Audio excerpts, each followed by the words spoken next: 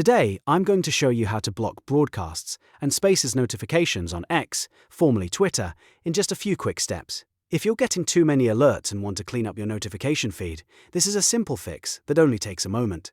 If this video helps, please hit the like button and subscribe for more quick tutorials like this.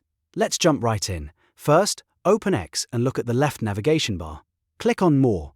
This will open a menu with additional account options. From there, click Settings and Privacy. This is where X keeps most of your account controls, including notification settings. Next, click Notifications. This section lets you manage what kind of alerts you receive from the platform. After that, click Preferences.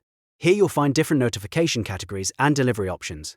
Now click Push Notifications. This is the area that controls which alerts can appear on your device. Once you're inside Push Notifications, look for Broadcasts and Spaces. You'll see a toggle next to it. Simply switch it off to stop receiving those notifications. After that, you're all set. X will no longer send you Broadcasts and Spaces push alerts, so your notifications should feel a lot less crowded. If this tutorial helped, don't forget to like this video and subscribe for more easy social media tips and tech guides. Thanks for watching.